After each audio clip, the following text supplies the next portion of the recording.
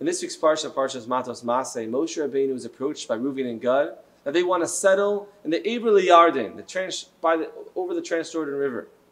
They say it's a great land for our cattle, for our children. And Moshe Rabbeinu is nervous, and you'll notice that he adds in half of Shevet Menashe. Fine, Reuven and Gad, you'll be able to settle there. You have to go ahead and fight in the war for 7 years. You have to help Bnei Yisrael divide out the land for another 7 years. And he adds half of Shevet Menashe. Why? Where did they come in? The Ramban says that it was an opportunistic play. Very simply, they saw it was a luscious land. They wanted to throw their lot in with Reuven and Gad. Then you have the Midrash that says, no, actually it was a punishment.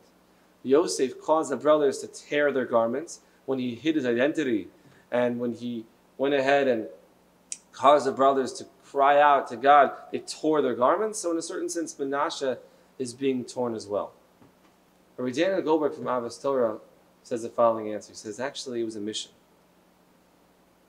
Chatzi Menashe, half of Menashe being in the Eber Yarden, and half of Menashe being on the other side, in Eretz Yisrael proper, would link the Shvatim together.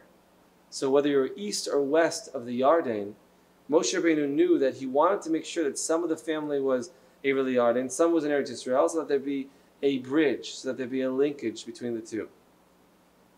And that was important to Moshe Rabbeinu, because Moshe Rabbeinu wanted to make sure that Reuven and Gad would not be lost, would not go ahead and fade into the woodwork, but still would have that link with Klal Yisrael. By splitting Menashe into two, the mission was to keep that connective tissue solid.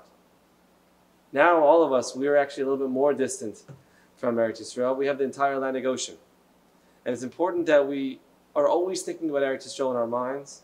And during this time of the 3 weeks, when we mourn the loss of the Beis HaMikdash, and we mourn the fact that we're not in Eretz Yisrael, we have to always make sure that we have Eretz Yisrael in our minds. We say it during davening, but we have to always have that connection. We always have Eretz Yisrael in our minds and our hearts, and God willing, we should be able to be unified with the land, with the coming Mashiach. Amen.